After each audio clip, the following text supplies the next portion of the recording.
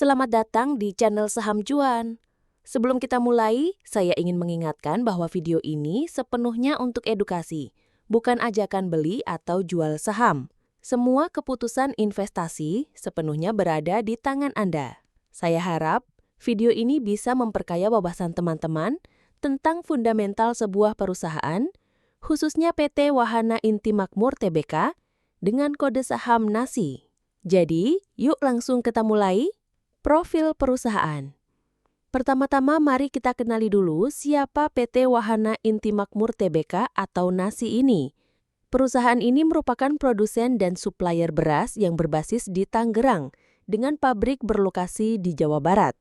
NASI didirikan pada tahun 2015 dan sejak awal berdirinya mereka sudah menggunakan sistem pertanian plasma, di mana perusahaan bekerja sama langsung dengan para petani untuk menghasilkan beras berkualitas. Melalui jaringan distribusi yang luas, NASI menyalurkan produknya ke seluruh Indonesia melalui penjual beras yang menjadi mitra mereka. Selain itu, perusahaan ini terus melakukan modernisasi teknologi pertanian dan pengolahan beras, sehingga produk yang dihasilkan bisa memenuhi permintaan konsumen yang semakin berkembang. NASI memiliki visi untuk menjadi salah satu produsen beras terbesar di Indonesia dengan fokus pada kualitas dan keberlanjutan bisnis, sekaligus mendukung kesejahteraan petani lokal. Struktur kepemilikan saham.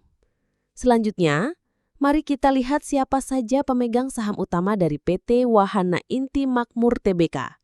Pemegang saham, jumlah saham dalam juta, persentase. Masyarakat non-warkat, 231,00, 28,6%. PT Modis Cipta Kreasi, 216,08, 27,76%. PT Wahana Kreasi Investama, 18,29, 2,27%. Piero Mustafa, Direktur Utama, 341,02, 42,24%. Ciu Lani Idayani, Komisaris, 1,02, 0,13%. Yang menarik di sini, Direktur Utama yaitu Piero Mustafa menguasai sekitar 42% saham, menunjukkan kontrol manajemen yang kuat terhadap perusahaan ini.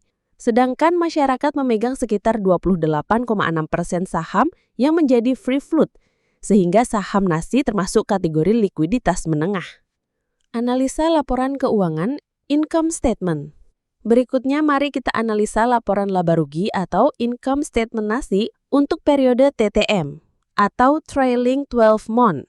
Komponen, nilai, revenue atau pendapatan, 85 miliar rupiah. Gross profit atau laba kotor, 12 miliar rupiah. EBITDA, 3 miliar rupiah. Net income atau laba bersih, 0 miliar rupiah. Pendapatan NASI selama 12 bulan terakhir mencapai 85 miliar rupiah dengan laba kotor 12 miliar rupiah, yang artinya gross profit margin sekitar 14,26%. Namun laba bersih mereka masih negatif alias rugi tipis, sehingga net profit margin berada di minus 0,07%.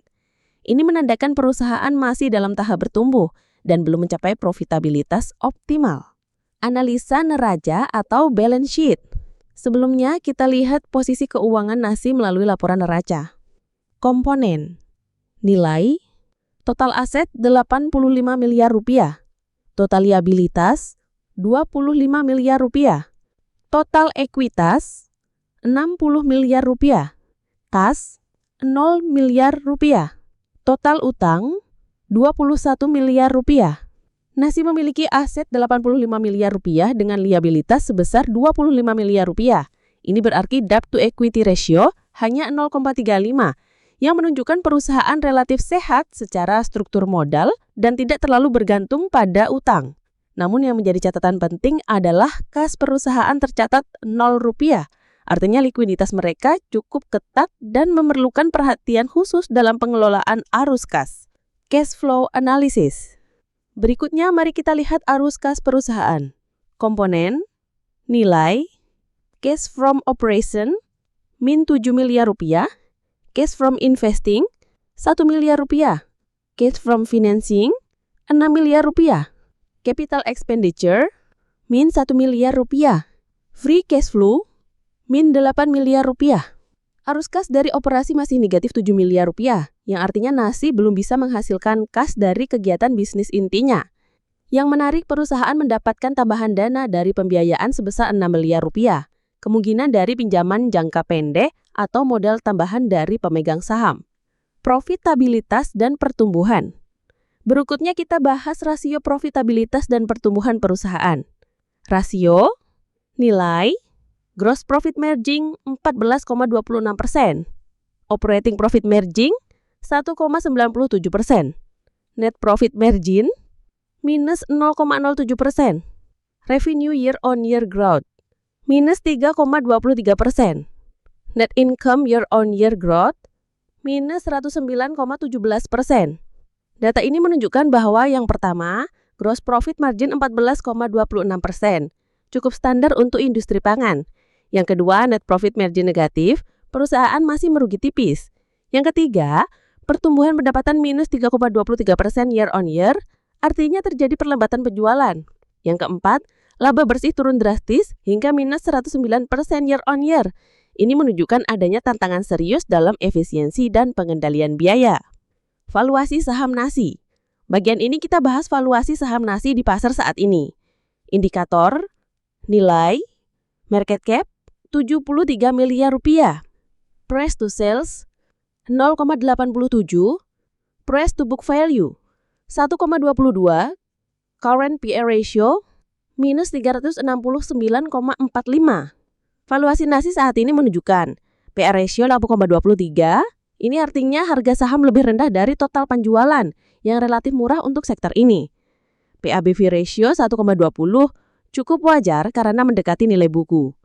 Namun PE ratio negatif karena perusahaan belum mencetak laba bersih. Kesimpulan dan rangkuman.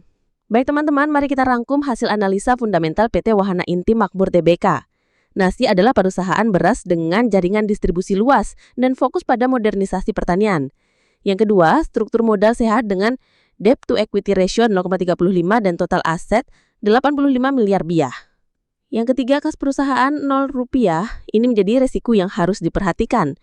Yang keempat, pertumbuhan penjualan sedikit negatif dan perusahaan masih merugi tipis. Yang kelima, valuasi saham saat ini cukup menarik dengan PS ratio 1,87 dan PBV rasio 1,22. Tapi investor harus waspada karena belum ada laba bersih. Bagi investor jangka panjang, Nasi menarik untuk dimonitor, terutama jika perusahaan bisa meningkatkan efisiensi, memperbaiki arus kas, dan kembali mencetak profit. Terima kasih sudah menonton video ini. Jangan lupa like, subscribe, dan aktifkan lonceng notifikasi agar tidak ketinggalan analisa saham terbaru dari kami. Sampai jumpa di video berikutnya.